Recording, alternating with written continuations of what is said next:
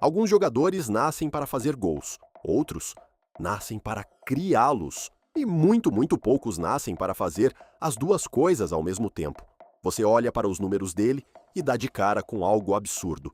Em 25 de março de 2026, Léo Messi soma 1.308 participações em gols em 1.143 partidas oficiais.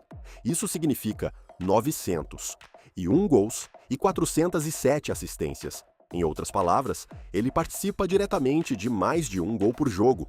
Ele tem 38 anos, 71 gols de falta, 47 títulos oficiais e um legado que já não pertence apenas ao futebol, mas à própria história do esporte. Léo Messi não é apenas um artilheiro, nem apenas um criador de jogadas. Ele é as duas coisas, num nível que parece impossível. É por isso que, para tanta gente, ele é o melhor jogador de futebol que este mundo já viu. E nesta jornada, vamos de Rosário a Barcelona, de Barcelona a Paris, de Paris ao Catar e do Catar a Miami, para entender como ele continuou evoluindo ao longo do tempo, sem nunca deixar de ser decisivo. Quando era criança, praticamente diziam que ele nem sequer pertencia a um campo de futebol. Messi sofria de deficiência de hormônio do crescimento e muita gente o via como alguém pequeno demais para competir.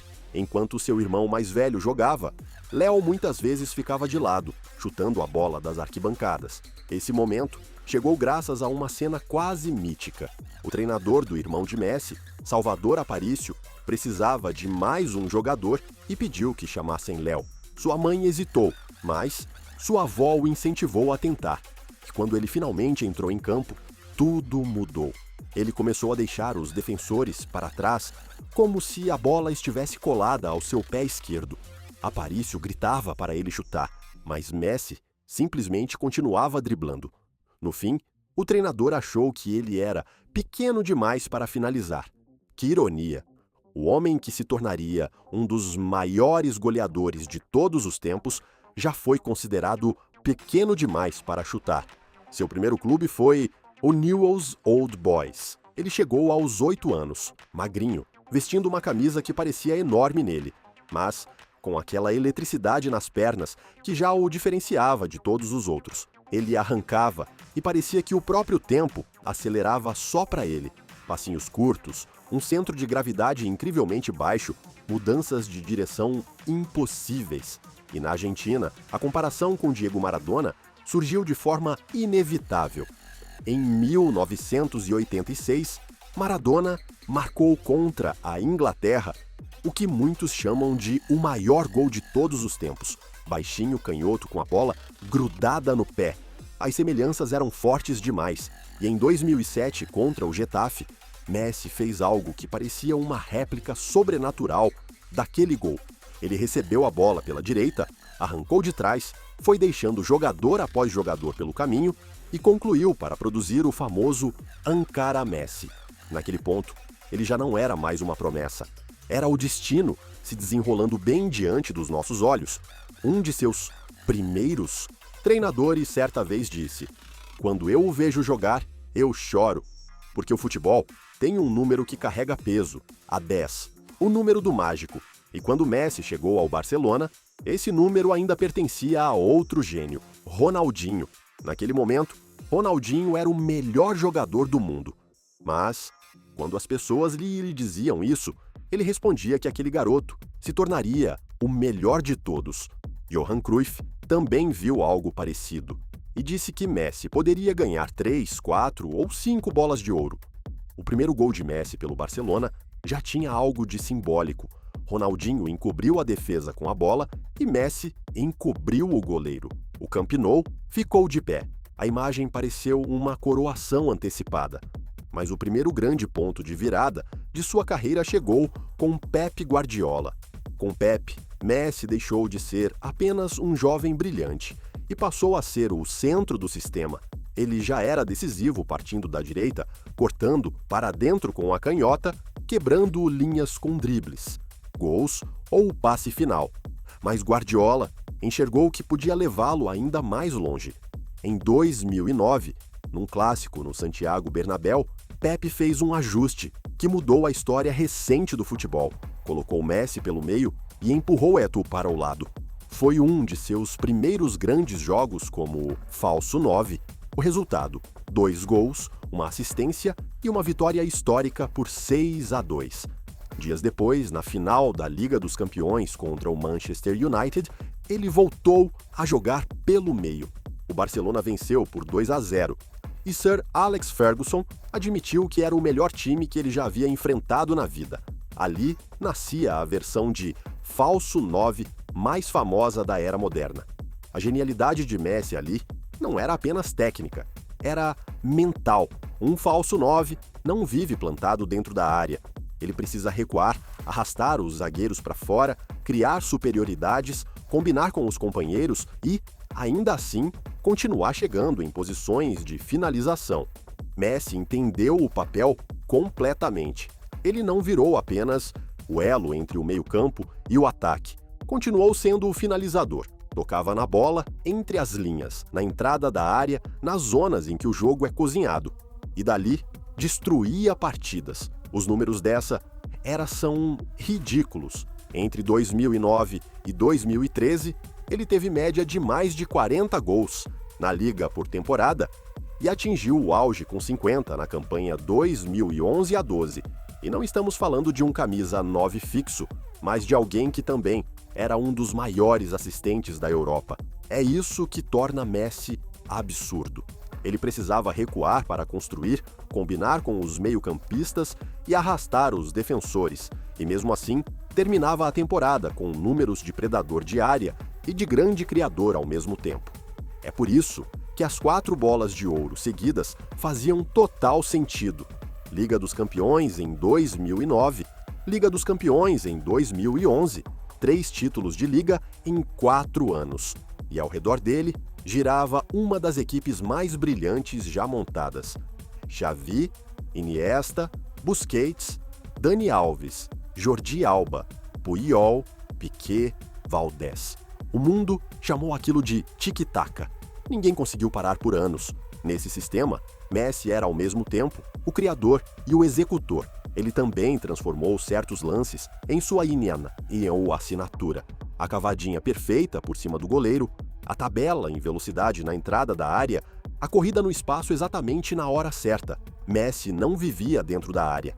Ele chegava à área. Esse era o segredo. Depois veio a segunda grande evolução. Em 2013, Neymar chegou ao Barcelona e com ele veio um novo desafio tático. Os dois tendiam a ocupar espaços parecidos e o time precisava se ajustar. A temporada 2013-14 foi estranha para Messi pelos seus padrões: 28 gols e 11 assistências. Depois, o Barça contratou Luis Suárez, um dos atacantes mais completos de sua geração. E foi aí que a MSN explodiu. Com Neymar, Suárez e Messi, o Barcelona montou um dos trios de ataque mais devastadores que este esporte já viu. Neymar trazia brilho e desequilíbrio. Suárez trazia agressividade e uma capacidade selvagem de fazer gols. E Messi, pela direita, começou a se transformar cada vez mais em um criador aberto. Recebia a bola colada à linha lateral, arrancava, forçava o lateral adversário a tomar uma decisão e, num instante, cortava para dentro com a perna esquerda. A partir dali, ele podia fazer qualquer coisa: uma tabela e um chute, um passe diagonal na corrida de Suárez, uma inversão para o meio-campo ou uma bola longa no movimento de Jordi Alba. Messi se adaptou de novo. Para muitos jogadores, sair do centro para a ponta teria sido uma limitação. Para ele, foi apenas mais uma expansão do seu repertório.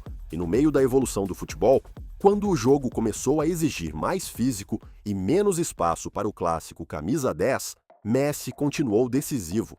Marcou aquele gol impossível contra o Athletic Club na final da Copa do Rei, enlouqueceu o Bayern e produziu combinações quase telepáticas com Suárez. Depois vieram as saídas de Xavi e Iniesta, o envelhecimento do time e as más decisões do clube. Neymar saiu em 2017 tentando escapar da sombra de Messi, e o Barça gastou mal esse dinheiro. Foi aí que as pessoas começaram a falar em Messi-dependência. Mas mesmo nesse contexto, Messi continuou mandando. Entre 2016 e 2021, ele ganhou 5 troféus Pichichi seguidos e, em 3 desses anos, também conquistou a chuteira de ouro europeia. O volume nunca caiu. O que mudou foi o formato dos gols. Ele já não era mais o Messi que acabava com você, repetidas vezes em arrancadas de 40 metros. Era outra coisa, um criador total. Seus mapas de calor o mostravam mais longe do gol, mais envolvido na construção, quase como um meia-atacante. E ainda assim, continuava marcando números absurdos de gols. Como já não vivia dentro da área, suas finalizações começaram a ficar mais difíceis. Então ele compensou com uma precisão monstruosa. Segundo um modelo de XG da StatsBomb, ele acabou marcando 44% mais gols do que um atacante médio das 5 principais ligas marcaria a partir de chances equivalentes. Isso não é normal. A temporada 2018 a 19 resume perfeitamente essa fase. Messi estava imparável. A falta contra o Liverpool no jogo de ida da semifinal da Liga dos Campeões continua sendo uma imagem eterna. Depois veio Anfield e o colapso do Barcelona. Mas, mesmo no meio de um time quebrado, Messi continuou carregando o clube para títulos de liga. E nas cobranças de falta, ele também se reinventou. Em 25 de março de 2026, ele soma 71 gols de falta direta, já à frente de Pelé e atrás apenas de Juninho, que tem 77. Depois veio a despedida do Barcelona. Lágrimas, incredulidade e um fim que ninguém queria. Depois disso, veio o PSG, onde sua passagem foi debatida e muitas vezes julgada com dureza. Mas ali apareceu outra evolução muito clara, a do organizador mais recuado. Ele já não tinha a mesma explosão de antes, mas sua mente continuava intacta. E, como tinha velocistas como Mbappé e Neymar à sua frente, passou a usar o passe ainda mais como sua principal arma. Em Paris, Messi recuava muito, erguia a cabeça e escaneava tudo.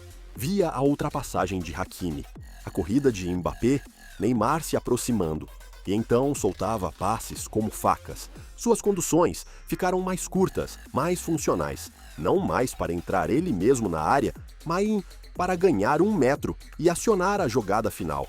E na verdade, tudo isso o estava preparando para a única coisa que ainda lhe faltava: a Copa do Mundo.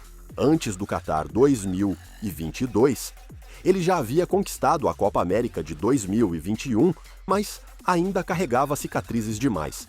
A final de 2014, perdida para a Alemanha.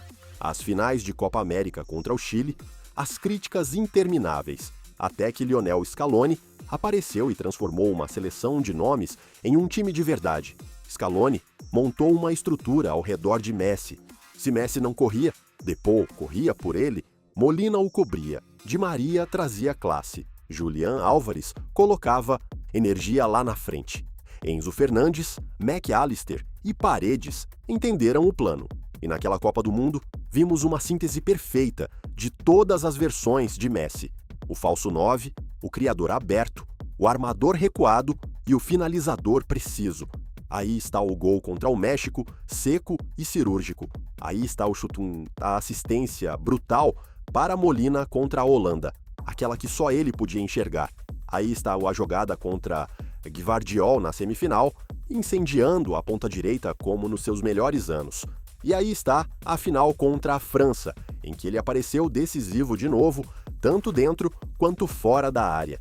Durante muito tempo, uma das rachaduras humanas dentro do mito tinham sido os pênaltis, mas, daquela vez, ele não errou. Caminhou devagar, esperou por Lloris e finalizou com uma suavidade quase insolente. Aquele menino que um dia foi considerado pequeno demais para chutar, estava marcando o gol mais importante da sua vida.